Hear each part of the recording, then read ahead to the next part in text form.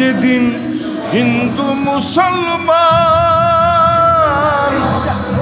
বৌদ্ধ খ্রিস্টান জাতিগোত্র ভেদ নাহি রবে, এমন মানব সমাজ কবে গো সৃজন হবে, এমন মানব সমাজ। কে দেয় সম্মান, কে করে অপমান, এমন ছলনা কেন হে প্রভু? একদিকে মানুষ সম্মানিত হচ্ছি আমরা, আরেকদিকে আমারই মতো আরেকজন মানুষের চুল কেটে অপমান করছে। এইভাবেই আমরা এক জায়গায় অপমান হচ্ছি, আর এক জায়গায় সম্মানিত হচ্ছি।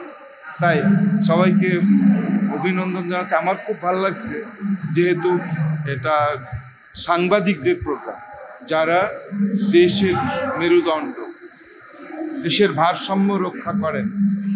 তাই সব দিকে খেয়াল রাখবেন, আপনারা বস্তুনিষ্ঠ খবর নিন, আর পরবর্তী প্রজন্ম যেন তাদের শেকড়ের কথা মনে রাখে, দেশের কথা, মাটির কথা, মায়ের কথা মনে রেখে পথ চলাই আমাদের সবচেয়ে বড় কাজ হবে। আমার খুব ভালো লাগছে এখানে এসে দেখছি এত বড় প্রোগ্রাম। আমি আগে কিন্তু ব্যাপারটা বুঝিই নাই। খুব ভালো লাগছে আমার আপনাদেরকে দেখে। অনেক কিছু ভালো লাগলে, অনেক কিছু খারাপ লাগলেও তারা কিছু বলবে না, এটাই স্বাভাবিক। তো মাদকের আঁকড়া আমাদের আঁকড়া এক না, এটা এক না, কিন্তু আমাদের পাগলের জায়গাগুলো একটু নিরাপদ, তো সেখানে সবাই উৎসাহী হয়ে চলে যায়।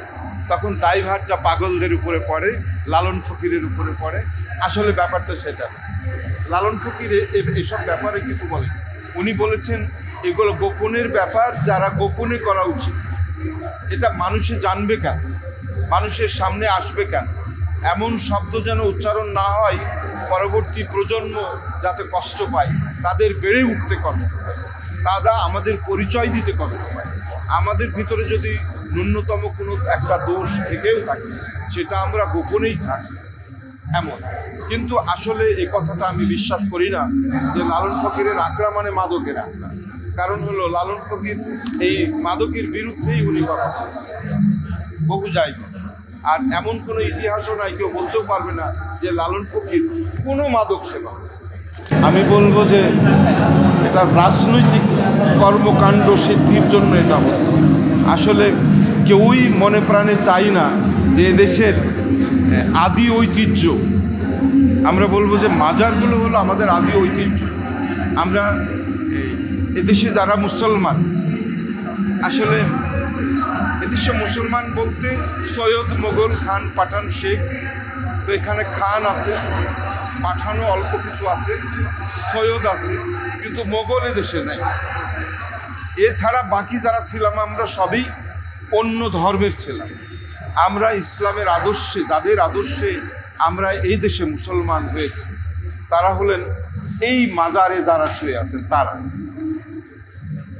খাজা মঈনুদ্দিন চিশতির নেতৃত্বে যে অলিগুলো এসেছিলেন ধর্ম প্রচার করতে, আমরা তাদের পাগড়ি, তাদের হাত ধরে কালেমা পড়ে আমরা ইসলাম গ্রহণ করেছি।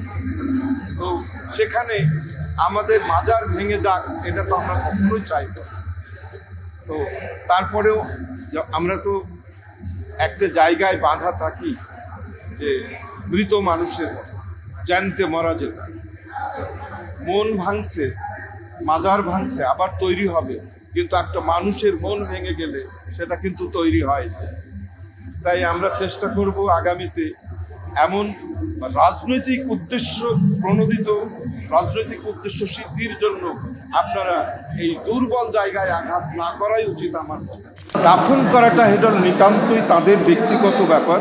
ফরিদা আপা নিঃসন্দেহে আমাদের, বিশেষ করে লালন ফকিরের গানের একদম অগ্রযাত্রার প্রথম যাত্রী, তার পথ ধরে আমরা হাঁটছি। আমরা চেয়েছিলাম, সাধু ফকিররা সবসময় চেয়েছিল যে লালন মাজারে, লালনের পাদদেশে, একদম পায়ের নিচে তার মাজারটা হোক। তো কিন্তু এটা বললে তো হবে না, এটা হলো পারিবারিক ব্যাপার। তখন একটা মানুষ দেহত্যাগ করে খাঁচা ছেড়ে যখন চলে যায়, তখন ওটার অধিকারী যারা থাকে তারাই কেবল এই কথাটা বলতে পারে। আর আমাদের আফসোস করা ছাড়া কিছু না। আমরা সারা জীবন তার নামের উপরে গান গাইব, সম্মান করব। নিরাপদ না সে কথা আমি শুরুতেই বলেছি যে কে দেয় সম্মান আর কেউ করে অপমান। আজকে এসেছি সাংবাদিকের কাছ থেকে আমি অনেক সম্মানিত হচ্ছি, কিন্তু বাইরে বেরিয়ে আমি নিরাপদ না। আমাকে ধরে আমারও তো বড় বড় চুল দাড়ি এগুলো কেটে দেবে কিনা এই আতঙ্কে থাকি। তবে এখন আর অসুবিধা নাই, কারণ আমরা তো মৃত মানুষ। আর মৃত মানুষকে নিয়ে তো কবর থেকে তুলিয়ে জ্বালিয়ে পুড়িয়েও দিয়েছে, এটা তো চুল কেটে দিচ্ছে। আর কত অপমান করো না, কোনো অসুবিধা নেই। মৃত মানুষকে এত জ্বালায় কি ফায়দা? যা করলেন ওনাদের কি লাভ হলো? শুধু হলো কি তাদের ভিউ বেড়ে গেল, তারা সেখান থেকে কিছু অর্থ ইনকাম করছে, কিন্তু সারা দেশের মানুষের মনের মধ্যে যে ঘৃণা জন্মেছে তাদের প্রতি, সেটা কোথায় রাখে? আমরা তো সেই মানুষ, আমরা মৃত মানুষ। আমাদেরকে এসব ভয় দেখিয়ে কোনো লাভ নেই, আমরা তো মরেই গেছি। যেদিন হিন্দু মুসলমান